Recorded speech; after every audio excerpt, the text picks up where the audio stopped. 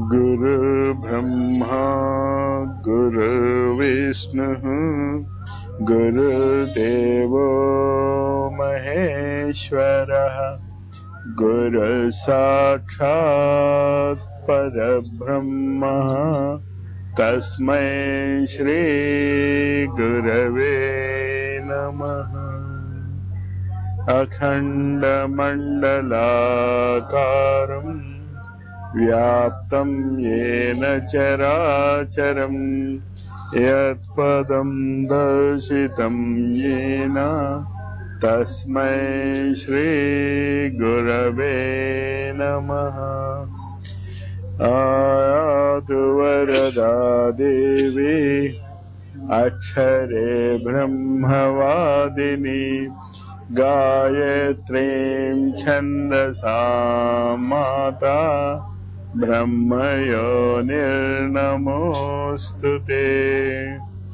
ॐ भूर्भुवः स्वः तत्सवितुर्वरेण्यं भर्गो देवस्य धीमहि धियो यो नः प्रचोदयात्। ॐ भूर्भुवः स्वः तत्सवितुर्वरेण्यं भर्गो देवस्य धीमहि धियो यो नः प्रचोदयात्। ॐ भूर्भुवः स्वः तत्सवितुर्वरेण्यं भर्गो देवस्य धीमहि धियो यो नः प्रचोदयात्।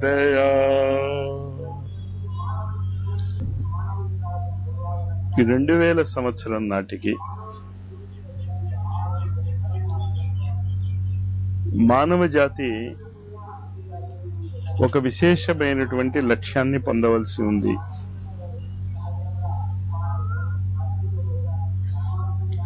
మానవ జాతికి సంబంధించినటువంటి లక్ష్యం ఇది. అంటే అర్థం ఏంటి? మానవ శరీరధారి అయిన ప్రతి వాడికి దీని గురించి బాధ్యత ఉంది. కానీ ఎన్నిసార్లు మనం మాట్లాడుకున్నా, ఎన్నిసార్లు మనం చెప్పుకున్నా, భౌతికమైనటువంటి కోరికల నుంచి మనం పైకి ఎదగలేకపోతున్నాం. ఆరోగ్యం బాగోలేదు అవుతే ఏంటి? పిల్లవాడు చెప్పిన మాట వింటం లేదు అవుతే ఏంటి? భార్య నేను చెప్పినట్టు వింటం లేదు అవుతే ఏంటి? భర్త నేను చెప్పినట్టు వింటం లేదు అవుతే ఏంటి? ముందు ఈ గందరగోళం నుంచి బయటపడండి. వీటన్నిటికీ మనము ఒక నిర్దిష్టమైనటువంటి ఫుల్ స్టాప్ పెట్టడం నేర్చుకోవాలి. ఈ క్షణం నుంచి ఈ క్యాంపులో, ఈ 3 రోజుల క్యాంపులో మీరు నేర్చుకోవాల్సింది అది. అన్ని ఆలోచనలకి స్వస్తి. కథలు చెప్పటమే మిగులుతోంది తప్ప ఆచరణలోకి మనం తీసుకురాలేకపోతున్నాం. ఇంకా తీసుకురండి. అది తీసుకువచ్చిన వాళ్ళకే మాత్రమే ఈ 2000 ADలో ఉన్నటువంటి స్పెషల్ అర్హత ఉంది తప్ప మిగతా వాళ్ళు పనికిరారు. అసంభవం అది. అంచేత నేను రూల్స్ నేమి సడలించలేను. ఋషులు భూమి మీదకి దిగి వచ్చారు. దిగి రాగానే వాళ్ళు ఇచ్చిన కార్యక్రమం ఇది. నాకు కావలసిన వ్యక్తుల్ని నువ్వు తయారు చేయ, కానీ పేషెంట్స్ ని తీసుకొస్తే నాకేం లాభం? ఋషుల దగ్గరికి వెళ్ళి మాకు ఈ కోరిక తీర్చండి, నాకు ఆ కోరిక తీర్చండి అని నువ్వు చెప్తే వాళ్ళ తపస్సు చేసిన ఎందుకుట అంటే నీ కూతురు పెళ్లి చేయటానికి, నీ బాధలు తీర్చడానికి. నువ్వు చచ్చిపోతే ఏంటిట ఆయనకి? ఓ గురువుకి, ఓ ఋషికి నువ్వు చచ్చిపోతే నువ్వు ఉంటే ఎంత, లేకపోతే ఎంత? మీరు కొంచెం అది ఆలోచించుకోండి. మీ బాధలు ఏదో చాలా పెద్ద బాధలు అనుకుంటారు మీరు. అర్ధరహితమైనటువంటి బాధలు అవి. ఆ బాధలకి అంతు లేదు. ఒకదాని తర్వాత ఒకటి వస్తూనే ఉంటాయి. ఏసీ పెట్టుకుంటే ఏసీ కరెక్ట్ గా పనిచేయటం లేదు మాస్టర్, అదో ప్రాబ్లమ్. లేకపోతే కావలసినంత చల్లా బట్టలు లేదు మా సార్, అదో ప్రాబ్లమ్. లేకపోతే మేము ఏసీ ఆన్ చేసుకున్నప్పుడే పక్కింటి వాళ్ళు వచ్చి కూర్చుంటున్నారు, మమ్మల్ని అక్కడ పడుకొని ఇవ్వటం లేదు మాస్టర్, అదో ప్రాబ్లం. అంతు లేదు వాటికి. మీ కోరికలకి అంతు లేదు అని ఎందుకంటున్నాను అంటే, ఆ కోరికలు అర్ధరహితమైనటువంటి కోరికలు. 3 మాత్రమే కొంచెం అర్థమైనటువంటి కోరికలు, అవి అర్థం లేవు. కానీ మిగతా వాటితో పోల్చి చూస్తే అర్థవంతమైంది ఏంటంటే, ఇవాళ రాత్రి మాకు తినటానికి లేదు మాస్టర్, ఎలా? ఓకే, కొంచెం సీరియస్ ప్రాబ్లమే అది. ఋషుల వరకు అయితే అసలు పోవాయి అంటారు వాళ్ళు. ఏంటిట, 5 ఇళ్లలో అడుక్కుంటాం, మాకు తిండి దొరకదు. అయితే ఋషి ఏం చేస్తాడు? 6వ ఇంటికి వెళ్ళాడు. బట్టలు లేవు మాస్టారు, కొంచెం ఆలోచించాల్సిన విషయం. కానీ ఎలాంటి బట్టలు? మన శరీరానికి కావలసినటువంటి అవసరమైనటువంటి డీసెన్సీకి సరిపోయే బట్టలు ఉంటే చాలు. ఎదుటవాడు ఏదో కొన్నాడు కనుక 8,000కి 10,000 రూపాయలకి కూడా జరీ సారీలు ఉంటాయి కనుక అది కూడా నేను కొనుక్కోవాలి. కొనుక్కుని ఏం చేస్తావు? పెట్లో పెట్టుకుంటావు. పెట్లో పెట్టుకుంటే ఏమవుతుంది? పురుగులు తింటాయి. నువ్వు ఎప్పుడో లేచి చూసారు కల్లా అందులో కన్నాలు ఉంటాయి. జరిగేది అది. చాలా పట్టు చీరల సీక్వెన్స్ ఉన్న వాళ్ళ ఇంట్లో జరిగిన ప్రమాదం. ఒకళ్ళు వచ్చి, మాస్టర్ ఇంత ఘోరం జరిగిపోయింది, మా మొత్తం పట్టు చీరల సెట్ ఫినిష్ అన్నారు. అదృష్టవంతురాలివమ్మా, ఇంకా పట్టు చీరలు కొనబాకన్నా. ఏం చేసుకుంటావు పట్టు చీరలు? మన శారీరకమైనటువంటి చలి కానీ డీసెన్సీ ఉంటుంది కదా కొంత. కాలేజీకి గడలుంగి కట్టుకుని వెళ్ళలేను కదా, కానీ మామూలుగా తెల్ల ప్యాంటు తెల్ల షర్టు వేసుకుని వెళ్ళగలను. ఇంకా ఆ తర్వాత ఏం వేసుకోవాలి? సఫారీ వేసుకోవాలా, దాని మీద వార్స్టెడ్ వూలు వేసుకోవాలా? అవి అర్ధరహితమైనవి. ఉండాలి, తల దాచుకోవాలి కదా, ఎక్కడో మన అడ్రస్ అంటూ ఉండాలి కదా, ఎక్కడో ఉండాలి. ఇంతవరకు ఓకే. ఋషులు అయితే వీటిని కూడా పట్టించుకోరు. సరే, ఈ మాత్రం పట్టించుకోండి. అంతకంటే ఎక్కువ మీకు కోరికలుంటే ఆ గేటు దాటి లోపలికి రావక్కర్లే మీరు. కానీ NT Rama Rao fans association president ఓ పల్లెటూళ్ళలో ఉన్నాడు. ఎన్టీ రామారావు జీవించి ఉన్నప్పుడు జరిగిన కథ. ఎన్టీ రామారావు అతను ఎప్పుడు చూడలే. ఈ వ్యక్తి ఏదో పల్లెటూళ్ళలో ఏదో దున్నుకుంటున్నాడు. ఎన్టీ రామారావు అంటే అభిమానం అంతే, పెద్ద చదువు అది కూడా ఏం రాదు. పల్లెటూరు కదా, కలుద్దాం అంటే కలుద్దాం అనుకున్నారు. ఫ్యాన్స్ అసోసియేషన్ పెట్టేశారు. మెడ్రాస్ వెళ్ళాడు. నేను ఫలానా ఊరి నుంచి వచ్చానండి, మీ అభిమానిని అన్నాడు. సరే నాతో రా అన్నాడు. ఎన్టీ రామారావు గారితో పాటు కారు ఎక్కాడు. సెట్కి వెళ్ళాడు. ఎన్టీ రామారావు గారికి టిఫిన్ వచ్చింది. ఫ్యాన్కి వస్తుందా రాదా? ఫ్యాన్కి ఇంకొక అడ్డు తినాలను ఇంకో లడ్డు తినాలను అనిపించింది. వేస్తారా వేయరా? సరే లంచ్. ఈ లోపల షూటింగ్ జరుగుతోంది. ఇతన్ని ఎక్కడ కూర్చోబెడతారు? ఫ్యాన్ ని. ఎక్కడ అతను ఎన్టీ రామారావుకి బాగా అతను ఎక్కడ కూర్చోదలుచుకుంటే అక్కడ కూర్చొని ఇస్తారు. డైరెక్టర్ గారితో సహా వణుకు. ఫ్యాన్ గారికి కోపం వస్తే ఎన్టీ రామారావు గారు ఏమంటారు? లంచ్ వచ్చింది. వీడు భోజనం అడగాల. ఫ్యాన్ గారు ఎన్టీ రామారావుకి ఏం పెడతారో అదే పెడతారు, ఇంకా బాగా పెడతారేమో కూడా. అలాగా నిరంతరము మీరు గురు స్మరణలో ఉండగలిగితే, గురువు యొక్క ఫ్యాన్ అయిపోయారనుకోండి, మీరు గురువుల అసోసియేషన్ ఒకటి మీరు స్థాపించుకుని మీరు దాని ప్రెసిడెంట్ అయిపోయారు. నిరంతరము గురువుని మీరు స్మరిస్తున్నారు. ఏమవుతున్నప్పుడు గురువు ఎలాంటి వాడు? సర్వజ్ఞుడు.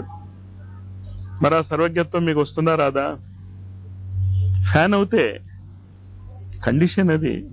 మీరు చప్పట్లు కొట్టగలగాలి, జై అనగలగాలి మనస్ఫూర్తిగా. ఇప్పుడు ఎన్టీ రామారావు ఫ్యాన్ అవడం అవమానంలే. వాడు దగ్గరికి వెళ్ళి ఎన్టీ రామారావు తిట్టు చూద్దాం ఏం చేస్తాడు నిన్ను. ఎన్టీ రామారావు అయినా వదిలేయొచ్చు కానీ వాడు మాత్రం మిమ్మల్ని వదలడు, చీల్చి చెండాడేస్తాడు. గురువుకి అలాంటి ఫ్యాన్ కండి మౌనంగా. అది నేను చెప్తే ఆ సర్వజ్ఞత్వం మీకు ఎందుకు రాదు?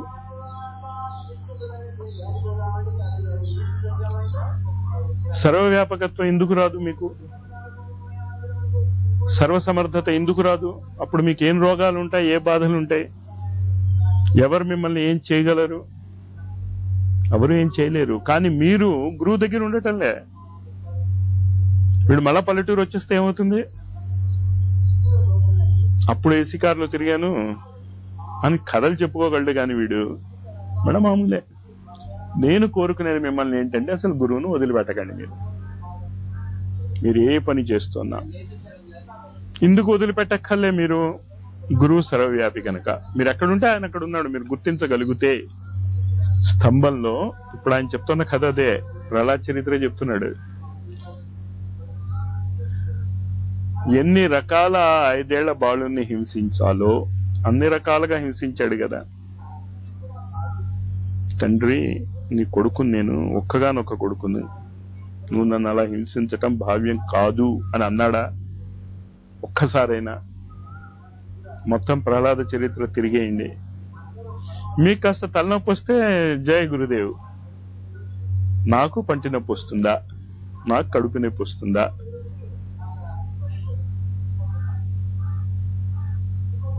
తండ్రే బాధ పెడుతున్నవాడు. ఆ ఆలోచన సరళి సవరించుకుంటే మీరు ఈ క్షణంలో యోగులు అవుతారు. ఎప్పుడో కాదు యోగులయ్యేది, ఈ క్షణంలో మీరు యోగులే. ఆ మానసిక స్థితి ఉంటే. మేనత్ వచ్చింది, నాయన రా అని గుడ్డ కప్పుకుని, అగ్నిదేవుడు ఇచ్చినటువంటి గుడ్డ అందరినీ చూస్తూ ఉంటుంది. మండుతున్నటువంటి చితిలోకి వెళ్ళింది, ప్రహ్లాదుడిని కాల్చేద్దామని. అదే హోలికా దహనం కదా. ప్రహ్లాదుడు కాలేదు, ఆవిడ కాలిపోయింది. అగ్నిదేవుడు స్వయంగా ఇచ్చాడు ఆ గుడ్డ, నువ్వు అది వేసుకొని కప్పుకుంటే నువ్వు కాలవు అని. అది కూడా గురువు దగ్గర ఉన్నవాడి దగ్గరికి పనిచేయదు. కానీ సుఖంగా ఉన్నాడా ప్రహ్లాదుడు? ప్రహ్లాదుడు సుఖంగానే ఉన్నాడు. ప్రహ్లాదుడికి అసలు ఇదంతా జరుగుతోందని తెలీదు. ఎక్కడున్నాడు? నిరంతర నారాయణ స్మరణలో ఉన్నాడు, జపంలో కాదు. స్మరణ వేరు, జపం వేరు. పరీక్షలు ఉన్నాయి రేపు. ఓ ఫ్రెండ్ వచ్చి మాట్లాడుతున్నాడు, ఆ సినిమా బాగుంది, ఈ సినిమా బాగుంది అని. మీరు కూడా మరేం చేయలేరు. ఆ ఫ్రెండ్ని ఏం చేస్తాం? తల ఊపుతున్నారు. మనసులో ఏమైంది? ఇప్పుడు పోతే బాగున్నవాడు కానీ మాట్లాడుతున్నాడు. అది స్మరణ అంటే. నారాయణ నారాయణ అంటాం కాదు. మీరు ఏ పని చేస్తున్నా దృష్టి పరీక్ష మీద ఎలా అవుతూ ఉంటుందో, ఏ పని చేస్తున్నా గురువు మీద దృష్టి పెట్టుకుంటే ఆ గురువు యొక్క సమర్థత ఎందుకు రాదు మీకు? కామన్ సెన్స్ ఆస్పెక్ట్ అది. నిప్పులో చేపడితే చేయగలదు, ఎలక్ట్రిసిటీలో చేపడితే షాక్ కొట్టదు. గురువు నిరంతర స్మరణలో ఉంటే ఆ సర్వసమర్థత మిమ్మల్ని ఎందుకు కాపాడదు? అది ఎందుకు అర్థం చేసుకోలేకపోతున్నారు? మీ చిన్న చిన్న కోరికలు ఏంటి అసలు సర్వసమర్థత ముందు? ఒక ఇల్లు రాలే సుధాముడికి, సుధామ నగర్ వచ్చింది కానీ అడగలే. ఇస్తానంటే ముందు నాకు ఇవ్వద్దు అన్నాడు. నేనై ఉంటే మాత్రం ముందు నాకు ఈ 50 బాగలేదు, మా వాళ్ళకి కాస్త చూడండి కాస్త పెద్దది ఇస్తే బాగుంది అనేసి ఉండేవాడినేమో. గురువు దగ్గర ఉన్నప్పుడు గురువు స్థాయిలో మీరు జీవించగలగాలి. ఓ లెక్కలోకి ఏమీ ఉండకూడదు, బాధలు ఏమీ ఉండకూడదు. మరి ఉన్న బాధలు ఏం చేస్తాం మాస్టర్? నువ్వు గురువు స్మరణలో ఉంటే నీకు బాధ ఎలా తెలిసింది అన్నది ప్రశ్న. తలుపులన్నీ మూసేసి మధ్యాహ్నం 2:30 గంటలకి ఎండాకాలంలో మ్యాట్నీ షో మీరు చూడగలిగినప్పుడు ఇక్కడ గాలి లేకుండా నా మాటలు ఎందుకు వినలేరు? ఇంచేత నా మాటలు వినాలని లేదు మీకు. సినిమా చూడాలని ఉంది, ఆ కోరిక ఉందే. సినిమా చూడాలి అనేటటువంటి కోరిక గురువు వైపు మళ్లించండి. మళ్ళిస్తే మీ జీవితం ఎలా మారుతుంది? ఇంతమంది యోగుల చరిత్ర మీరు చదువుతున్నారు, మీరు కూడా ఒక యోగి అయిపోతారు. మామూలు మనిషి అవ్వాలనుందా? యోగి అవ్వాలనుందా? యోగి అవ్వాలనుంటే మీరు ఏమీ చేయక్కర్లే, ముందు మీ ఆలోచనని ఇంకా ఆపేయండి. బాధ్యతలను వదలకండి. మరి ఆలోచనలు ఆపేయమన్నారు కదా, బాధ్యతల్ని చేస్తూ కూడా గురువుని గుర్తుంచుకోండి. ఇందాక నేను చెప్పానే, పరీక్షలు జరుగుతున్నప్పుడు ఎవరైనా బంధువులు ఇంటికి వస్తే ఏం చేస్తాం? టెన్షన్లో ఉంటాం. మాట్లాడుతూ ఉంటాం బంధువులతో, కానీ బుర్రలో ఆ ప్రశ్న చదవలేదే, ఈ ప్రశ్న చదవలేదే అని నిరంతర సంఘర్షణ ఎలా జరుగుతుందో, మీ పనులు చేసుకుంటూ కూడా గురువుని అలా స్మరించండి. అది ఎలా స్మరించగలరు ఇక్కడ నేర్చుకోండి మీరు. ఇక్కడ నిరంతర మౌనం, కంప్లీట్ మౌనం. ఉత్తి మౌనం కాదు, మాట్లాడటం మానేయటం కాదు, మీ లోపల ఉన్నటువంటి ఆ సర్వాంతర్యామి ఉన్నాడు లోపల. అదే కదా ప్రతి యోగి చెప్పేది, ఒక వ్యక్తి కాదు చెప్పేది. ఆ స్థాయికి వెళ్ళినటువంటి ప్రతి వ్యక్తి ఇదే మాట చెప్తున్నాడు. నాలోనే కాదు, మీరు కూడా దివ్యాత్మ స్వరూపులే. అబద్ధం చెప్తున్నారా వాళ్ళు? మీరు చూడరు అసలు అక్కడ నాకేమైపోతుందో అనే తప్ప అసలు గురువుని రానివ్వండి బయటికి. అది నేర్చుకోండి ఇక్కడ. కానీ ఆ మౌనంలో కూర్చోటానికి ఈ యజ్ఞం హెల్ప్ చేస్తుంది మీకు. యజ్ఞం చేస్తున్నప్పుడు యజ్ఞకుండాన్ని అగ్ని యొక్క శరీరంగా భావించండి. దాని మీద ఊదొత్తులు గుచ్చుతున్నారు చాలా మంది. ఎలా, ఎందుకు గుచ్చగలిగారు మీరు? ఎలా గుచ్చగలిగారు? భగవంతుడు అనిపించటంలే మీకు. నేను చాలాసార్లు చెప్తాను, మనం ఈగలు ముసురు అన్నం తింటా, భగవంతుడు నివేదన పెడతాం, ఈగల ముసురుతో ఉంటుంది, మీరు పట్టించుకోరు. భగవంతుడు అక్కడ ఉన్నాడు అనే భావన మీకు రావాలి. ఉన్నాడు, అక్కడ ఉండటం ఉన్నాడు, మనం చూడలేకపోతున్నాం. రామకృష్ణ పరమహంస ఆవేదన మొత్తం అంతే కదా. తల్లి ఇంకో రోజు గడిచిపోయింది, నువ్వు నాకు కనిపించలే, నువ్వు తప్ప నాకు ఇంకేం అక్కర్లే అని పిచ్చెక్కించినట్టు పిచ్చెక్కించేసుకుంటే కనిపించిందా లేదా? మరి ఆ కాళికామాతే రామకృష్ణ పరమహంసకి తల్లిగా దర్శనం ఇచ్చినటువంటి ఆ కాళికామాత ఇప్పుడు అక్కడ ఉంది. ఆ విగ్రహమేగా. మీరు వెళ్తే కలకటాకి మీకు ఆ విగ్రహమే, రామకృష్ణ పరమహంస పూజ చేసిన విగ్రహమే అది, కాళికాదేవిది. మీకు కనిపిస్తుందా కాళికాదేవి? రామకృష్ణ పరమహంస తర్వాత చాలా మంది పూజారులు అక్కడ పూజ చేశారు, వాళ్ళకి కనిపిస్తుందా? ఇంతమంది దేవాలయాలలో, తిరుపతి వెంకటరమణ మూర్తి దేవాలయాల్లో పూజారులు ఉన్నారు. ఇది వరకు కూడా 2-3 పూజారులు ఉండేవారు, 2-3. వాళ్ళ గుర్తులు ఇప్పటికీ ఉన్నాయి దేవాలయంలో. తిరుపతికి వెళ్ళినప్పుడు ఒక్కసారి మీరు ఆ క్యూబ్ నుంచి దర్శనం చేస్తున్నప్పుడు పైన చూస్తే ఒక గడ్డపార కనిపిస్తుంది. ఎప్పుడైనా చూశారా మీరు దాన్ని? అదంతా మీకెందుకు?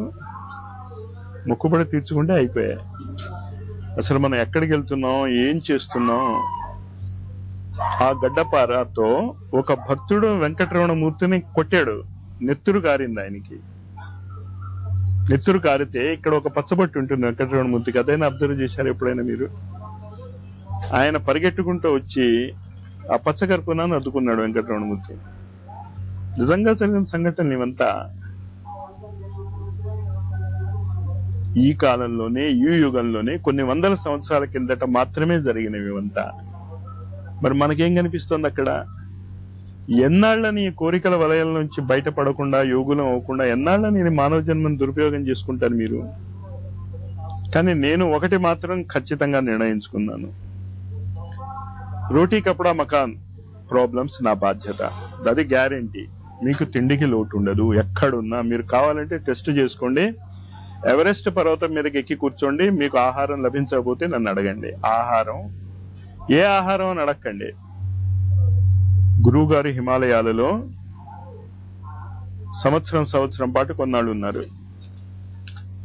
మాతాజీ భరించలేక ఒకసారి ఆయన ఎక్కడున్నారో అక్కడికి వెళ్ళింది, రావద్దన్నా. కషాయం గార్చుకుని తాగుతున్నారు ఆయన, లొట్టలు వేసుకుంటాను. ఎంత బాగుందో అని పాప ఈవిడ తాగింది. ఒక గుక్క తాగిస్తే కషాయం, కాలకూట విషం. అక్కడ అదే దొరుకుతుంది. ఆ కొండల మీద, ఆ రాళ్ల మీద కాల్షియం డిపాజిట్స్ ఉన్న చోట వేళ్లు తగులితే చేదు వస్తుంది. ఈ మన బీరకాయ అవి కూడా చేదు ఎందుకు వస్తుంది అంటే రాళ్లలో కాల్షియం ఎక్కడైనా తగిలి ఆ వేరు దాన్ని తగులితే చేదు వస్తుంది. అక్కడ కాల్షియం డిపాజిట్స్ ఏమో ఉన్నాయి, అక్కడ అన్ని చేదే. 1 సంవత్సరం పాటు ఆ కషాయాలు తాగుతూ గడిపాడు ఆయన. చేత ఇది ఎందుకు చెప్తున్నా, మీకు కషాయమే దొరకవచ్చు అక్కడ. మీకేదో పంచపక్ష పరమాన్నాలు రాలేదు మాస్టర్, ఐ డోంట్ నో. మీకు ఆకలి చావు చావరు, అది నేను ఇచ్చే గ్యారంటీ. బట్టల విషయంలోనూ అంతే, నీడ విషయంలోనూ అంతే. అంతకంటే ఎక్కువ కోరకండి, మీరు ఇరుక్కుంటారు. కాపలా కాయలేక చస్తున్నాం మనం. వచ్చింది పారేసుకోకండి, ఉన్నది వదులుకోవద్దని నేనేం చెప్పటం లేదు. ఉంటే ఉపయోగించండి, దానికే ఉంది. ఫ్యాన్ ఉంటే ఫ్యాన్ వేసుకోవద్దని నేను అంటలే. ఫ్యాన్ ఉన్నా వేసుకోకపోతే ఏమనాలి వాళ్ళని? మరి ఆ స్థితికి దిగజారకండి. యోగులం అని చెప్పి, సర్వజ్ఞులం అని చెప్పి, తెలివైన వాళ్ళమని చెప్పి, కారు ఉంది మీ దగ్గర, మాస్టర్ చెప్పారు ఏమీ కోరకూడదు అని నడిచి వెళ్తానన్నారు అనుకోండి, హీరోయిన్ తో పాటు ఎక్కడికో వెళ్తే గుండాలు కొడతారు వాడిని. పోలీసులు లోపల వచ్చి, నీకు బుద్ధి ఉందా లేదా, కాళ్ళు లేని వాడివి, అవిటి వాడివి, నువ్వేం రక్షించగలవు అనుకున్నావు, ఇంత దూరం తీసుకొచ్చావు హీరోయిన్ ని అంటే ఏడుస్తాడు వాడు. వెళ్ళి దేవుడి దగ్గరికి వెళ్ళి, ఏంటి నా జీవితం ఇంత దుర్భరంగా ఉంది, నాది కాలు లేదు, నాకు నీకు బుద్ధి ఉందా అసలు, నువ్వు దయామయుడివేనా కరుణామయుడివేనా, మీ ఇష్టం, ఇంకా ఎన్ని డైలాగ్స్ మీరు చెప్పుకోదలుచుకుంటారో చెప్పి చేయండి. చెప్పి కాస్త తల పైకెత్తుతాడు. రెండు కాళ్ళు లేని ఒక అవిటివాడు అక్కడ దండం పెట్టుకుని దేవుడికి ధన్యవాదాలు చెప్తున్నాడు. నా పిల్లలు నా భార్య సుఖంగా ఉన్నాము నీ దయ వల్ల అని. రెండు కాళ్ళు లేవాడికి. ఇంతకీ దేవుడు ఏం చేశాడు అని అక్కడే జవాబిచ్చాడు. మన స్థాయి బట్టి, మన అర్హత బట్టి వనరులు ఏర్పడతాయి, కోరికలు బట్టి వనరులు ఏర్పడవు. చాలా జాగ్రత్తగా ఆలోచించుకోండి. నేను చెప్పింది మీరు చాలా జాగ్రత్తగా ఆలోచించుకుంటే, గురువుల దగ్గర ఉంటే వాళ్ళ వనరులన్నీ మీవే అవుతాయన్నది మళ్ళీ అర్థం అవుతుంది మీకు. ఇందాక చెప్పినట్టే N T Ramarao fan, N T Ramarao సరే భోజనం చేశాక షూటింగ్ ఉందని వెళ్ళిపోయి ఇంట్లో పడుకున్నాడు అనుకోండి, ఎక్కడ పడుకుంటాడు ఎన్టీ రామారావు ఫ్యాన్? బయట వరండాలో పడుకుంటాడా? ఎన్టీ రామారావు పడుకొని ఇవ్వడుగా. ఎక్కడికో బయటకు వెళ్ళాలనిపించింది మెడ్రాస్ లో వాడి ఫ్రెండ్ ఇంటికి, ఎలా వెళ్తాడు? ఎన్టీ రామారావు ఏదో కారు సప్లై చేస్తాడు, వాడు ప్రైవేట్ సెక్రటరీ, అడగకుండానే నేను వెళ్ళాలి అంటే. వాడి పల్లెటూరులో ఉందా వాడి కారు? కారులు అవి ఎక్కడి నుంచి వచ్చాయి? ఏ స్థాయి వ్యక్తితో మీ మిత్రత్వం ఉందో ఆ స్థాయి ఆటోమేటిక్ గా మీకు కూడా వస్తుంది. కుచేలుడు కథ అదే కదా. కానీ నువ్వు కృష్ణుడి దగ్గరికి వెళ్ళాలి. నేను అడవిలో కూర్చుంటాను అంటే సరే కూర్చో అన్నాడు సంవత్సరాల తరబడి. ఇవి వదలాలి, మీరు గురువును పట్టుకోవాలి. ఈ మౌనం అది నేను అడిగేది. ఉత్తినే మౌనంగా కూర్చోకండి. సర్వవ్యాపి అయినటువంటి గురువు నేను పట్టుకోవాలి అనుకుంటున్నాను అనుకుంటే వాడు పట్టుకుంటాడు, వాడికి తెలుసు ఎప్పుడు పట్టుకోవాలో. ఆ సర్వజ్ఞుడికి మీరు చెప్పక్కర్లే ఎప్పుడు దర్శనం ఇవ్వాలో, ఎలా దర్శనం ఇవ్వాలో, మీ జీవితాన్ని ఎలా మార్చాలో. వదిలేయండి పూర్తిగా అతనికి. అది నేర్చుకోండి ఇక్కడ. ఇంకా బాధల వరదానాలు నిజంగా ఆనంద బాష్పాలుగా స్వీకరించండి. వాటిని నిజంగా ఆనందించండి. కష్టాలు వస్తే ఇంచేంటే ఎంత మిమ్మల్ని చుట్టుపక్కల వాళ్ళు కష్టపడితే మీరు అంత తొందరగా బయటపడగలరు. మిమ్మల్ని తన్ని తగిలేసే కొడుకుని ఈజీగా వదిలేయగలరు, మిమ్మల్ని ప్రేమించే కొడుకుని మీరు వదలలేరు, ఎన్ని థియరీలు చెప్పినా. అంచేత బంధువులు మిత్రులు మిమ్మల్ని ప్రేమగా చూడబోతే మీ అంత అదృష్టవంతులు ఎవరూ లేరు. హాయిగా వదిలేయచ్చు వాళ్ళని. మరి ఉన్న పెళ్ళాం పిల్లల్ని వదిలేయమంటారా? అదా నేను చెప్పింది. ప్రపంచం అంతా కూడా నాదే అనుకునేటటువంటి గురువు దగ్గరికి వెళ్తూ మన పెళ్ళాం పిల్లల్ని మన బంధువుల్ని వాళ్ళని వదిలేయమనా నేను చెప్తున్నాను? లేకపోతే కొత్త వాళ్ళని కూడా బంధువులు అనుకోమంటున్నానా? వదలొద్దు ఎవరిని, వదిలే ప్రసక్తి లేదు ఇక్కడ. బంధుత్వాలు సక్రమంగా లేవు.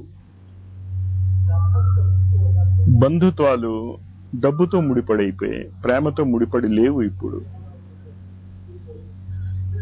అలాంటి బంధుత్వాలు వద్దు. తూర్పు దిక్కు ఎటుండో ఎదుక్కోవటం, నమస్కారం పెట్టేయడం వద్దు. డబ్బుతో లింక్ అయిన బంధం ఎంతసేపు ఉంటుంది? డబ్బున్నంత వరకు ఉంటుంది. ప్రేమ చూపించండి. డబ్బుతో లింక్ లేని ప్రేమ మీరు ఎక్కడైనా చూశారేమో? నాకు ఇంతవరకు కనిపించలే ఎక్కడ. ఒక గురువు దగ్గర పొందిన ప్రేమను వదిలేద్దాం. అలాంటి గురువు దగ్గరికి మీరు వెళ్ళారని నేను అనుకోను. వెళ్తే ఆటోమేటిక్ గా గురువు మీద ప్రేమ వచ్చేస్తుంది. డబ్బు డబ్బు డబ్బు, దాన్ని బ్రేక్ చేయండి. కొంచెం ఆలోచించుకోండి, అది ఏం చేస్తుంది మిమ్మల్ని. కోటీశ్వర్లు పుట్టారు, చచ్చారు, ఎవరు గుర్తుంచుకుంటున్నారు? కానీ చెప్పులు కుట్టేటటువంటి ఒక వ్యక్తి మీరాబాయికి కూడా గురువుగా ఇప్పటికీ ప్రసిద్ధి ఉందాడు. రైదాస్ చెప్పులు కుట్టేవాడు. ఏం చేశాడు? అతని చేతనత్వంలో గురువు నిండిపోయాడు. గురువు అనుకోండి, భగవంతుడు అనుకోండి, రెండు ఒకటే. బట్టలు అల్లేవాడు కబీర్ దాస్. అతని కాలంలో కాశీరాజు ఉండేవాడు. చాలా గొప్ప గొప్ప ముస్లిం రాజులు ఉండేవారు. వాళ్ళిద్దరూ కలిసి ప్లాన్ వేసి, కాశీరాజును ముస్లిం రాజులు కలిసి, ఈ కబీర్ దాస్ ఏం చేస్తున్నాడో అర్థం కావటం లేదు మాకు, ఇటు రాము అంటాడు, ఇటు అల్లా అంటాడు, అంటే సంఖ్యలు వేసేసి మధ్య గంగా నదిలో ముంచారు. ఏమవలే కబీర్ దాస్ కి. ఆ రాజు పేరు, ఆ ముస్లిం రాజుల పేర్లు మీకు గుర్తున్నాయి ఎప్పుడైనా? నాకు గుర్తులేవు, కానీ కబీర్ దాస్ పేరు గుర్తుంది. ఇప్పటికీ చెప్పుకుంటా. ఇంచేత అలాంటి బతుకు బతకాలా మనం? లేకపోతే ఎందుకు పనికిరాని బతుకు? నువ్వు కోటీశ్వరుడు అవుతే నేను తలదన్నేవాడు ఇంకోటి అవడం ఉంటాడు. నువ్వు కలెక్టర్ అవుతే, నువ్వు డిఐజీ అవుతే,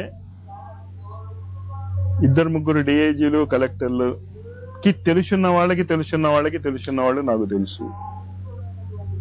వాళ్ళ బాధలు భగవంతుడు ఎరగాటు. పొలిటీషియన్స్ తనతో ఉంటారు, ఇటు బిజినెస్ పీపుల్ తనతో ఉంటారు, ఇటు గాడ్ ఫాదర్స్ తనతో ఉంటారు. మనం అనుకోవటం వాడు డిఐజీ అని, ఏ సుఖం ఉండరు వాడికి. క్లర్క్ అనుకోండి, హాయిగా వెళ్తాడు బ్యాంకుకి, 5 అయ్యేసరికి మూటాముల్లి చదువుకుని వచ్చేస్తాడు. ఆఫీసర్ అయ్యాడు అనుకోండి, మా బావగారి పరిస్థితి నేను చూస్తున్నా కదా పాపం, టెన్షన్. రాత్రి 8:30కి వస్తాడు ఆయన, పొద్దున్న 7:30కి వెళ్ళి, వచ్చాక రామకృష్ణ టెన్షన్ అంటాడు. మళ్ళా క్లర్క్ అయిపో బాబు, అస్సలు ఏ టెన్షన్ ఉండదు నీకు. ఎంత హాయిగా ఉండేవాడు. నేను వెళ్తే ప్రతిసారి సినిమా చూసేవాళ్ళం. ఇంకంటే మా బావగారు వచ్చారు అంటాం, వచ్చేసేవాడు క్లర్క్ గా ఉన్నప్పుడు. ఎంత హాయిగా సినిమాలు చూసుకునేవాళ్ళం. ఆయన ఆఫీసర్ అయ్యాడు, ఇంతవరకు నేను ఆయనతో సినిమా చూడలే. టెన్షన్ మాత్రం చాలా సార్లు విన్నా. మీ మూర్ఖత్వం. డబ్బులో ఆనందం ఉందనుకోవటం, కడుపు నిండా తిండి తినగలిగితే ఇంకక్కడ బ్రేక్ పెట్టేసుకోండి. వచ్చింది మీకు ఉపయోగించుకోండి, ఉన్నది ఏం పారేసుకోకండి. ఏం ఉంది ఓకే, మీ కర్మ, అది మీ అదృష్టం దురదృష్టం. అది కూడాను డబ్బు ఉంటాం పెద్ద అదృష్టం అని నేనే అనుకోనది. దాంతో వచ్చే బాధలు దాంతో ఉన్నాయి. కానీ బ్యాక్గ్రౌండ్ అంతా ఎందుకు చెప్తున్నాను అంటే, మీరు యోగులు అవ్వాలి అంటే కనీసం ఇంకా అన్ని రకాల కోరికలకి ఆపేయండి, ప్రయత్నించండి అన్ని. మహాభారత యుద్ధంలో కృష్ణుడు సంధికి ప్రయత్నం చేయలే అంటే కృష్ణుడికి తెలియదనా సంధి జరుగుతుందా జరగదా అని? ప్రయత్న లోపం ఏమైనా చేశాడా? పూర్తి ప్రయత్నం చేశాడు యుద్ధం ఆపడానికి. ఆగదు అని తెలిసినా అలా చేయండి.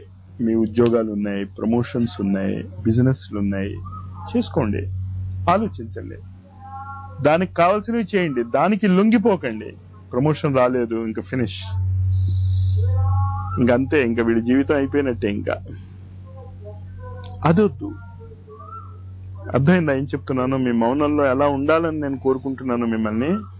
ఏ ఆలోచనలు వద్దు, బాధ్యతలు మాత్రమే చేయండి. ఏది బాధ్యత, ఏది కోరిక జాగ్రత్తగా గమనించుకోండి. మీ కుర్రాడికి చదువు చెప్పించటం మీ బాధ్యత. మీ తలకు మించిన దానికి తాకట్టు పెట్టి ఇంజనీరింగ్ కాలేజీలో సీట్ ఇప్పించటం మీ బాధ్యత కాదు మీ బాధ్యత. ఫులిష్నెస్ అది. చదివించటం మీ బాధ్యత. మీరు ఏ కాలేజీకైనా వెళ్ళిపోండి, సైన్స్ సీట్స్ 20 ఉంటే ఆర్ట్ సీట్స్ 200, 300 ఉంటాయి. ఇప్పటికీ ఈనాటికి కూడా మీరు ఏ కాలేజీకైనా వెళ్ళి చూసుకోండి. సైన్స్ సీట్స్ 100 ఉన్నాయనుకోండి, ఆర్ట్స్ సీట్స్ కనీసం 500 600 ఉంటాయి. ప్రతి కాలేజీలోనూ నిష్పత్తి అదే. అంటే అర్థం ఏంటి? 100 మంది సైన్స్ చదివితే 500 మందో 600 మందో మరి వాళ్ళు జీవించటం లేదా, వాళ్ళు బతకటం లేదా? వాళ్ళు ఎందుకు పనికిరాని వాళ్ళ? ఆ మూర్ఖత్వంలోంచి బయటపడమంటున్నాను నేను. పిల్లల భవిష్యత్తు మీరు మార్చలేరు. మార్చగలిగితే నాకు చూపించండి మార్చిన వాళ్ళని. నేను ఇగో ఇలా చదివిస్తాను, వాడిని ఇది చేస్తాను అనుకున్నాను, అక్షరాల అలాగే అడుగు అడుగునా జరిగింది. జరగదు. వాడి కర్మ. వాడికి ఇంజనీర్ అయ్యే యోగ్యత ఉంటే మీ గందరగోళంలో ఇంజనీర్ అవుతాడు వాడు, లేకపోతే ఏం అవ్వడు. లేకపోతే చివరి క్షణంలో తలనొప్పి వస్తుంది వాడికి పరీక్ష రాస్తున్నప్పుడు. వచ్చిందని మరి మీరు గాబరా పడిపోయి నిరుత్సాహపడిపోవాలా? అదే వద్దంటున్నాను నేను. మీ ప్రయత్నాలు మీరు చేయండి. ప్రయత్న లోపం చేయటమే భారతదేశాన్ని కొంపముంచింది, యోగత్వం పోయింది. ఇప్పుడు నేను చెప్పిన దాని వల్ల అంతా మీకు ఏమనిపిస్తుంది? అవుతే ఏం చేయక్కర్లేదుగా, చాలా చేయాలి. మీరు మామూలు వాళ్ళ కంటే ఎక్కువ చేయాలి. మామూలు వాళ్ళ కంటే మీ జీవితాల్లో ఎక్కువ ఆవేదన కనిపించాలి, ఎక్కువ తీవ్రత కనిపించాలి. బాధ్యత. రెండోది ఏం చెప్పాను? ప్రతివాడు మనవాడే అనుకుని జీవించండి. నేను చాలా మంది అడుగుతారు ఎలా జీవించాలి మాస్టారు అని. నేను చెప్తాను, నేను చేసే తప్పులు కూడా ఎత్తి చూపిస్తాను. నాకు సుకృత అంటే, మా తమ్ముడు కూతురు అంటే నాకు చాలా ఇష్టం. ఒకరోజు ఇక్కడే ఒకళ్ళు వచ్చారు, వాళ్ళ పిల్లల్ని తీసుకుని. మా సుకృత వయసు ఉన్న, చిన్నప్పుడు సుకృత వయసు ఉన్న వయసులో ఇప్పుడు వచ్చారు. తండ్రి అలా బయటికి వెళ్తున్నాడు, వెనకాతలే పాప వెళ్తోంది. నేను చెప్పా పాప వెళ్తోంది చూసుకోండి అని. కుర్చీలోంచి లేవలే నేను. మరి మా సుకృత అయితే ఏం చేసి ఉండేవాడిని? 2 నిమిషాలు అయ్యాక నాకు గుర్తొచ్చింది నేను చేసిన తప్పదని. లంపలేసుకుని మనసులోనే గురువుకి చెప్పుకుని, తప్పు జరిగిపోయింది సార్, సుకృత అవుతే ఒకటిను, ఇంకో పాప అవుతే ఒకటినా, అది నేర్చుకోండి. నటించండి. నేను చెప్తున్నా, నేనే ప్రేమ ఉందని నేనేం చెప్పలేదే ఇందాక. కానీ నిజంగా మా సుకృతే అవుతే నేనేం చేసి ఉండేవాడినో అది చేయండి. ఎంతవరకు? మన ఇంట్లో ఉన్నంత వరకు. ఇంకా మోహం పెంచేసుకుని వాళ్ళ ఇంటి చివరి వరకు వెళ్ళిపోయే పాపనే, అది మోహం, అది పిచ్చి. అది అర్థమైందా తేడా? అది నేర్చుకోండి. మీ పిల్లలకి అంతే. కాలము కర్మ వల్ల మీకు పిల్లలుగా పుట్టారంతే. వాళ్ళు కాలం కర్మ తీరిపోతే ఒక్క క్షణం మీ దగ్గర ఉండరు. చాలా మంది తల్లిదండ్రులు 70 ఏళ్ల వాళ్ళు 80 ఏళ్ల వాళ్ళు వస్తూ ఉంటారు నా దగ్గరికి. ఎంత బాధో వాళ్ళది. పిల్లలు లక్షల డాలర్లు సంపాదిస్తున్నారు అమెరికాలో. నాతో వాళ్ళు డైరెక్ట్ గా చెప్పింది ఏంటంటే, మాస్టారు మేము చచ్చిపోయాము అని వాళ్ళ కబురు తెలిసాక వాళ్ళు రావటానికి వారం రోజులు పడుతుంది. వాళ్ళు వస్తే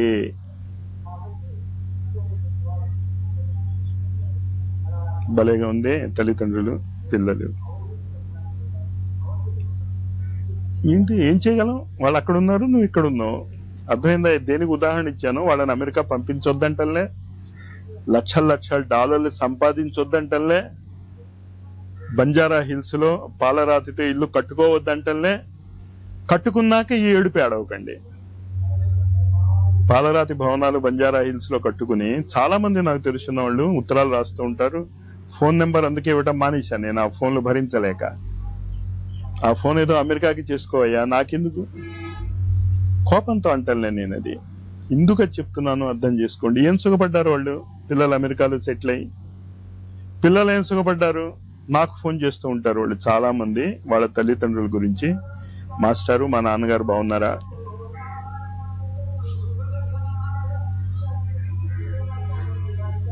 ఫోన్ చేయొద్దంటలే నేను. ఏంటి పిచ్చి అంటే? ఎందుకు ఇదంతా చెప్పాను? ఏది ఎలా ఉంటుందో అది అంతే, దాన్ని స్వీకరించండి. దాన్ని మీ కొడుకులు లక్షల డాలర్లు సంపాదించినా మీకు అందకపోవచ్చు. ఎందుకు పనికిరాని దారిలో పోతున్న దానయ్య మీకు సహాయం చేయొచ్చు. ఆ సహాయాన్ని యాక్సెప్ట్ చేయండి. అందులో కూడా గురువుని చూడండి, గురువు యొక్క అనుగ్రహాన్ని చూడండి. ఏది మీ జీవితం ఎలా నడుస్తే ఆ క్షణంలో దాన్ని అలా ఒప్పేసుకోండి. ఒప్పేసుకున్నాక మార్చుకోగలిగితే మార్చుకోండి. ఏ దృష్టిలో? గురువుల దృష్టిలో ఎలా మారాలి అన్నది ఆలోచించండి. భౌతిక జగత్తులో మీరు ఎంత అత్యున్నత స్థానానికి ఎదిగినా లాభంలే. మళ్ళా షిర్డి సాయి సత్యసాయి దగ్గరికి వెళ్లాల్సిందే. Shankar Dayal Sharma, president of India, Clinton Sathya Sai Baba బర్త్డేకి వస్తానన్నాడు. ఇండియా గవర్నమెంట్ తూర్పు దిక్కు తిరిగి, నువ్వు వస్తే నీకు సెక్యూరిటీ మెజర్మెంట్స్ మేము ఇవ్వలేము అంటే ఆయన భార్యని, డాక్టర్ని పంపించాట, ఫ్యామిలీ డాక్టర్ని. ఓ $100 కోట్ల ఎంతో, నాకు గుర్తులేదు. సంఖ్యతో మనకి సంబంధం ఏముంది? అమెరికా ప్రెసిడెంట్ అయినా ఎక్కడికి రావాలి? మళ్ళా 8వ క్లాస్ చదివినా 6వ క్లాస్ చదివినటువంటి సత్యసాయిబాబా దగ్గరికి. ఎందుకుట? మరి మీరెందుకు ఆ స్థితికి వెళ్ళాలని అనుకోవటం లేదు? మీరు కోటీశ్వర్లందరూ ఎవరి దగ్గరికి వెళ్తున్నారో కోట్లు సంపాదించుకున్నాక వెళ్తాం. పిచ్చి కదా? ఆ కామన్ సెన్స్ ఎందుకు రావటం లే మీకు? కోట్లన్నీ సంపాదించుకున్నాక ఆ కోట్లు వదిలి వెళ్ళిపోతున్నారు అక్కడికి. హరే రామ హరే కృష్ణ, హెన్రీ ఫోర్డ్ మనవడు మొత్తం ఆస్తి హరే రామ హరే కృష్ణకి ఇచ్చేసి ఇండియాకి వచ్చేసాడు. ఎంత వయసో తెలుసా ఇండియాకి వచ్చినప్పుడు? ఇప్పుడు సరే 25-26 ఏళ్ళు ఉంటాయి, అప్పుడు 16 ఏళ్ళు. నేను కాశీలో ఉన్నా అప్పుడు. హెన్రీ ఫోర్డ్ ఎవడో తెలుసా మీకు? మొట్టమొదటి కారు ప్రవేశపెట్టినవాడు, ప్రపంచంలోకి ఆ రోజులలో మొదటి స్థానం ధనవంతుల్లో. అతను మించిన ధనవంతుడు ఎవడు లేడు, అతను మనవడు. ఎందుకు ఇదంతా చెప్పుకొస్తున్నానో అర్థమైంది కదా? ఉన్నది మీకు చాలు, కడుపు నిండా తినగలుగుతున్నారు. ఏం లోపమైంది మీకు? ఏంటిట మీ బాధలు? నాకేం అర్థం కాదు అసలు. మీ బాధలన్నీ మీరు చెప్తూ ఉంటే నాకు చాలా ఆశ్చర్యం ఇస్తుంది. అసలు ఇవన్నీ బాధలా అని చాలా సార్లు గురువు గారితో చెప్తూ ఉంటాను. ఇంతమంది ఇన్ని బాధలు పడుతూ ఉంటే మీరు బాధలు కాదు అంటారు ఏంటని. మళ్ళా ఆయన నాకు లెక్చర్ ఇస్తాడు, ఇప్పుడు నేను మీకు ఇచ్చినట్టే, ఇవి బాధలే అంటావా రామకృష్ణ అని. మళ్ళా నేను అర్థం చేసుకుని మర్చిపోయాను, సంసర్గ దోషం అది, అంతకంటే ఇంకేం లేదు. వాడు బాధలు అంటే నేను బాధే అనుకుంటున్నాను. అనారోగ్యం బాధ కాదు, శరీరం సరి చూసుకుంటుంది, సరి చూసుకోకపోతే పోతుంది. కుటుంబంలో వ్యక్తులు మన మాట వింటలే, ఎంత హాయో. వింటే బాధ్యత. నాన్న ఎంపీసీ చదివేదా బైపీసీ చదివేదా అని అడిగాడు అనుకో, బైపీసీ చదువు అన్నావు అనుకో, నీ మాట విన్నాడు వాడు, ఫలితం రాలే, అప్పుడు తిడతాడు నిన్ను, నువ్వు చెప్తే జాయిన్ అయ్యానని కదా. నీ మాట వినలేదనుకో, బాగుపడ్డాడు, ఓకే, ప్రాబ్లమే లేదుగా. బాగుపడలేదు, నువ్వు తిట్టొచ్చు తిరిగి, నేను చెప్తే వినలేదని. అంచేత వినకపోవటమే మంచిదేమో పిల్లలు మన మాట, కాదా? ఆలోచించి చూడండి. ఆ ఆలోచన స్రవంతి అర్థం అవుతుంది కదా, ఆ ప్రవాహం. ఏమీ కోరకండి మీరు, ఏది ఎలా వస్తే దాన్ని స్వీకరించండి. చల్లగా ఉంది వాతావరణం, ఓకే. చల్లగా లేదు, ఓకే. దానికి తగిన వాతావరణం మీరు నిర్మించుకోగలరు, నిర్మించుకోండి. ఎండగా ఉంది, ఫ్యాన్ పెట్టుకోగలరు, పెట్టుకోండి. ఏసీ పెట్టుకోగలరు, పెట్టుకోండి. ఏసీలోంచి బయటకు వచ్చాక హార్ట్ స్ట్రోక్ ఇస్తుంది, తినండి, ఆ ప్రమాదం ఉంది. ఎండాకాలంలో ఏసీ పెట్టుకుంటే ఏం లాభంలే. అనేక మంది హార్ట్ అటాక్స్ డబ్బున్న వాళ్ళకి రావడానికి మెయిన్ కారణం ఏసీ. ఆ టెంపరేచర్ గ్రేడియంట్ ఇండియాలో సరిపోదు, ఫారెన్ కంట్రీస్ లో అయితే అంత చల్ల ప్రదేశమే. అంచేత కామన్ సెన్స్, హార్ట్ అటాక్ తెచ్చుకోవటమా ఏసీ లేకుండా ఉండటం మంచిదా అన్నది మీరు ఆలోచించుకోవాలి. ఇంకా సింపుల్ లాజిక్, ఉన్న వనరులు ఉపయోగించుకోండి, ఓకే. కామన్ సెన్స్ తో ఉపయోగించుకోండి, అతిగా ఉపయోగించుకోకండి. కానీ ఇదంతా చెప్పాక ఇంటికి వెళ్ళి మీ భార్య గొంతుకు పట్టేసుకుని, మీ పిల్లల గొంతుకు పట్టేసుకుని, నోరు మూసుకో, మాట్లాడకు, టీవీ చూడకు, మాట్లాడకు. యోగిగా మారాల్సింది వాళ్ళ మీరా? మీరు, వాళ్ళు కాదు. వాళ్ళు మారదలుచుకుంటే వాళ్ళు ఇక్కడికి వస్తారు. మీరు వాళ్ళకి ఏమీ చెప్పకండి, అడిగినా చెప్పకండి, వెళ్ళి మాస్టర్ని అడగండి అని చెప్పండి. యోగత్వం మీకు కావాలి, వాళ్ళకి అక్కర్లేదు. మళ్ళీ అర్థం చేసుకోండి ఆ పాయింటే. ఒకే తల్లి పిల్లలు ఒకే ఇంట్లో ఉన్నారు, అన్నదమ్ములు. ఒకడు లా చదువుతున్నాడు, ఎల్ఎల్బి, ఒకడు బిఎస్సి చదువుతున్నాడు, ఒకడు బీకామ్ చదువుతున్నాడు. ఏం చదవమంటారు? బీకామ్ వాడిని సైన్స్ పుస్తకం చదవమంటారా? లా పుస్తకం చదవమంటారా? ప్రకృతిలో మీకు ఈ అవకాశం వచ్చింది. ఈ మాటలు మీరు వింటున్నారు అంటే ఖచ్చితంగా ఎక్కడో మీ పూర్వజన్మలో, దాన్ని సుకృతం అంటారో దుష్కృతం అంటారో, మీ బాధను బట్టి ఉంటుంది. ఎండలో ఉక్కలో కూర్చోబెట్టి వాయిస్తున్నాడు అంటే దుష్కృతం కాదు. ఓ అద్భుతమైనటువంటి ఫిలాసఫీ, మానవ జీవితాల్ని మార్చివేసేటటువంటి జీవిత విధానం మనకి ఇంత సులభంగా అందుబాటులోకి వచ్చింది. మీకు హిమాలయాల ఆశ్రమాల్లో కూడా ఇది లభ్యం కాదు. మీరు వెళ్ళి వెతుక్కోండి. హరిద్వార్ వెళ్ళండి, హృషికేశ్ వెళ్ళండి, బద్రీనాథ్ వెళ్ళండి. ఇప్పుడు ప్రస్తుతం యాక్టివ్గా ఉన్నటువంటి ఏ ఆశ్రమానికైనా మీకు వెళ్ళండి, ఇది మీకు చెప్పబడదు. గ్యారంటీ, చెప్పబట్టం లేదు. మిగతా అంతా చెప్తారు ఏదేదో. యమ నియమాలు పాటించండి, ఉప్పు తినకండి, కారం తినకండి, లేకపోతే కాషాయ బట్టలు వేసుకోండి, పసుపు బట్టలు వేసుకోండి, పిలకలు పెట్టుకోండి, గుండు గీయించుకోండి, ఇవి చెప్తారు తప్ప మీ జీవితం ఎలా మారాలి, ఏ విధంగా మీ ఆలోచన విధానం మారితే మీ జీవితం మారుతుంది, ఆలోచన విధానం మారకపోతే మీరు ఎక్కడున్నా ఒకలాగే ఉంటారు. లేక లేక ఒక రాజుకి ఒక అమ్మాయి పుట్టింది. మహారాజు పూర్వకాలంలో జ్యోతిష్కులు చాలా కరెక్ట్గా చెప్పేవారు, ఇప్పటి జ్యోతిష్కుల్లా కాదు. ఈ అమ్మాయి అడుక్కు తింటుందండి అన్నారు. రాజుగారికి చాలా బాధేసింది. యువరాణి అయ్యా, ఏంటనుకుంటున్నారు మీరు? మీ జ్యోతిష్ శాస్త్రం ఎంత? నేను అడుక్కు తినిస్తానా ఏంటన్నాడు. ఒంటి స్తంభం మేడ కట్టించాడు. ఎవరిని కలవనివ్వలేదు. ఏమో ఎవరితో కలిస్తే ఏమవుతుందో అని. 10 ఏళ్ళు అయింది, 16 ఏళ్ళు, యుక్త వయస్సు వచ్చింది. ఒక్కసారి చూడాలనిపించింది రాజుకి, పాప ఎలా ఉందో అని. జ్యోతిష్ శాస్త్రాన్ని వాళ్ళందరినీ కూడా వెంట పెట్టుకుని, మీ ఇది తప్పు, ప్రతిరోజు నేను రకరకాల పిండి వంటలు పంపిస్తున్నాను మా అమ్మాయికి, రకరకాల సుఖభోగాలు అన్ని కూడా ఇస్తున్నాను, మీరేం చెప్పారో అడుక్కు తింటుందన్నారు. మాకు తెలిసినంత వరకు జ్యోతిష్ శాస్త్రం తప్పు కాదు, సరే పద చూద్దాం అవుతాయి అన్నాడు. భోజనం పంపించారు. తెర వెనకాతలు ఉన్నారు వీళ్ళు. యువరాణి గారు ఏం చేస్తున్నారు? ఒక బొమ్మ ఉంది అక్కడ. ఆ బొమ్మ ముందు ఈ తిండి ప్లేట్ పెట్టింది. నాకు ముద్ద పెట్టవు,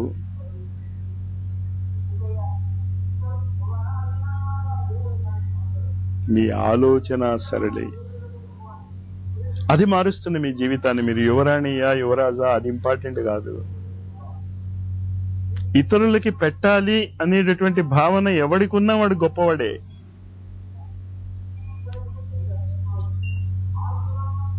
భావం అర్థమవుతుంది కదా? ఆ ఇతరులకి పెట్టడం అనేది మీకు ఆ లోపల నుంచి ఆ ఆవేదన పుట్టుకొస్తే మీరు ఎంతమందికైనా పెట్టేయచ్చు.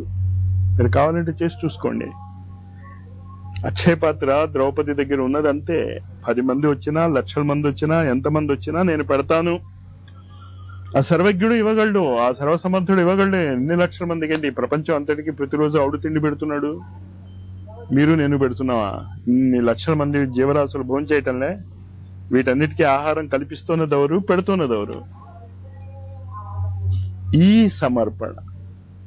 ఇవేగా సమస్యలు. పిల్లల సమస్యలు ఉంటాయి, ఆరోగ్య సమస్యలు ఉంటాయి. వీటన్నిటి సమస్యలకు ఆలోచన విధానం చెప్తున్నాను నేను. అసలు ఏమీ ఆలోచించకండి. మీకు అప్పచెప్పినటువంటి బాధ్యత మీరు చూస్తున్నారు కదా. మిమ్మల్ని ఇక్కడ కూర్చోపెట్టే కూడా నేను ఏం చేస్తున్నాను? కాలేజీకి వెళ్ళి వస్తున్నా. ఆగస్ట్ 4th వరకు పరీక్షలు. నేను కాలేజీకి వెళ్ళాల్సిన పనిలే. నాకు ఆరోగ్యం బాగోలేదు అని చెప్పి ఎగ్గొట్టేయచ్చు. మా ప్రిన్సిపాల్ గానీ మా సెక్రటరీ గానీ ఆ మాత్రం ఒప్పుకుంటారు. అంటే అక్కడ స్టూడెంట్స్ లేరు పాఠాలు చెప్పడానికి. ఆగస్ట్ 4th కానీ పరీక్షలు స్టార్ట్ అవ్వవాళ్ళవి. ప్రిపరేటరీ హాలిడేస్ వచ్చాయి. మరి నేను రోజు వెళ్ళి ఏం చేస్తున్నా కాలేజీకి ల్యాబొరేటరీ డెవలప్ చేస్తున్నాను. నెక్స్ట్ ఇయర్ రాబోయే స్టూడెంట్స్ కావాల్సిన పుస్తకాలు రెడీ చేసుకుంటున్నాను. వాళ్ళకి చెప్పబోయే పాఠాలకి నోట్స్ తయారు చేసుకుంటున్నాను. ఇవంతా కాకుండా ఈ యోగ సాధనకి కావాల్సిన పుస్తకాలు రాయాలి. ఈ విద్య లేదుగా. ఎక్కడైనా సాయి అనుకో నీ పనులు అయిపోతాయి.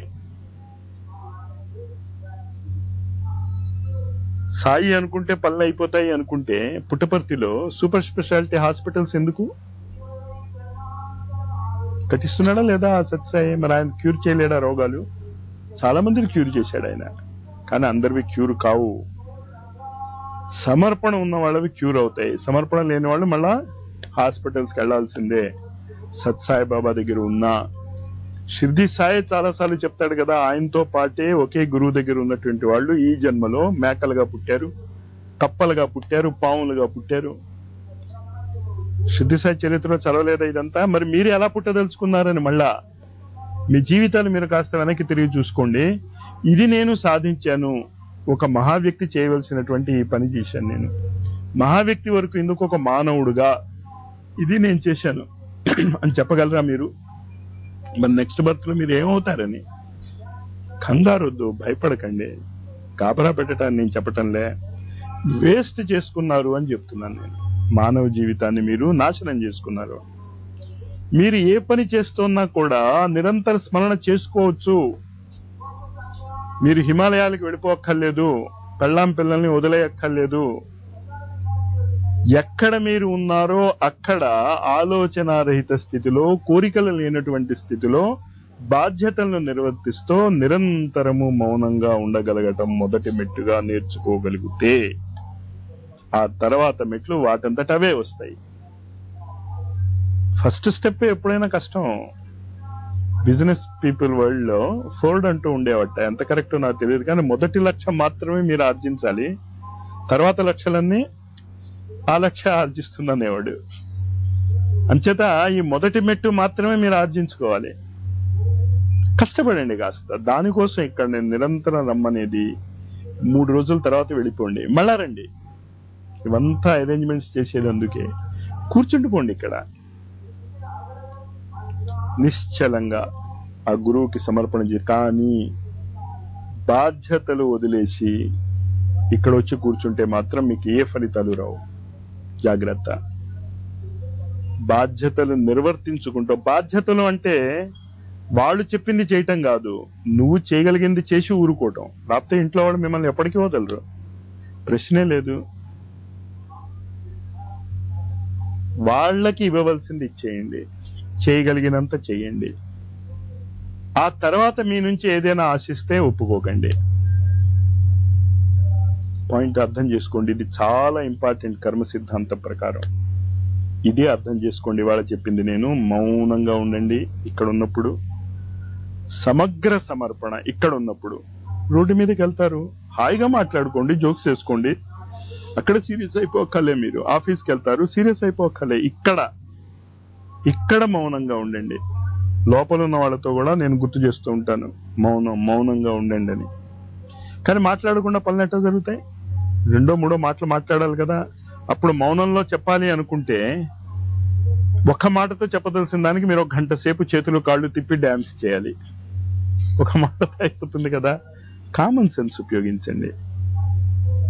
బాధ్యత రాహిత్యం వద్దు. మౌనం మౌనం మౌనం, నిరంతర మౌనం. ఆ నిరంతర మౌనంలో ఆ గురువు దిగుతాడు. ఋషులు దిగి ఉన్నారు భూమి మీద. ఈ మౌనం పాటించే వ్యక్తులు వాళ్ళకి కనిపించడం లే. అదే వాళ్ళ ఆవేదన. దాని కొరకు నేను ఇంత తొందరపడి క్యాంపులు పెట్టాల్సి వచ్చింది. క్యాంపులు పెట్టే స్థితిలో నా శారీరక స్థితి లేదని మీలో నాకు దగ్గరగా ఉన్న వాళ్ళందరికీ తెలుసు. కదిలే స్థితిలో లేను అసలు నేను. మరి ఋషుల పని మీరు అలాగే చేయండి. నన్ను చూసి నేర్చుకోండి. శరీరం పడిపోనివ్వండి, ఏం పర్వాలేదు. ఈ శరీరం పడిపోతే ఇంతకంటే ఆరోగ్యవంతమైన శరీరం వస్తుంది. హాయిగా మళ్ళా చిన్నపిల్లలాగా మారిపోయో 16 ఏళ్ల వరకు ఏవో ఆలోచించక్కర్లే కదా. గందరగోళం వద్దు. అంచేత నేనేం కేర్లెస్ గా ఉండటం లేదే. మీకు తెలుసు కదా ఎంత జాగ్రత్తగా మానిటర్ చేసుకుంటున్నాను రెండింటిని. చెయ్యండి, అది నేను చెప్పేది. ఎందుకంటే ఇదంతా చెప్పి బాధ్యతలు వదిలేసుకుని నా ఆరోగ్యాన్ని పట్టించుకోను అన్నా తప్పే. అది నేర్చుకోండి. మీ కుటుంబాన్ని చూసుకోండి. మీ జీవితము ఒక ఆదర్శంగా ఉండాలి. కానీ ఆదర్శంగా ఉండాలి అంటే మోహంతో కాదు. పిచ్చి పిచ్చి మోహాలు పెట్టుకోకండి. చేయవలసినంత చేయండి. ఇక్కడ ఉన్నంత వరకు మాత్రము నిరంతర మౌనము 3 రోజుల పాటు ప్రాక్టీస్ చేసుకోండి. ఇంటికి వెళ్ళాక కూడా మీరు చెప్పండి ఇంట్లో వాళ్ళతో, నేను మౌనం ప్రాక్టీస్ చేసుకోవటానికి అనుజ్ఞ ఇవ్వండి. వీలైనంత మాట్లాడండి వాళ్ళతో. 27 రోజుల తర్వాత మళ్ళా రండి. ఇలాగ 3 సార్లు మీరు మౌనానికి రాగలిగితే 4వ క్యాంపు నుంచి నేను కూడా మీతో కూర్చుంటా మౌనంలో. ఇప్పుడు నేను కూర్చుంటే మీరు భరించలేరు నా మౌనాన్ని, బ్రేక్ అయిపోతారు. ఎందుకంటే మీకు లేదా మానసిక స్థితి. అంటే అది విక్రించ కోసం ఏం చెప్పడం లేదు. ఇప్పుడు నేను ఎంఎస్సీ బయోకెమిస్ట్రీ చదవాలి, నా షేపులు మారుతున్నాయి. ఇంచేత ఫోటో క్లాస్ నుంచి చదవాలి ఇప్పుడు నేను. అంచేత కనీసం 3 రౌండ్స్ రావాలి మీరు.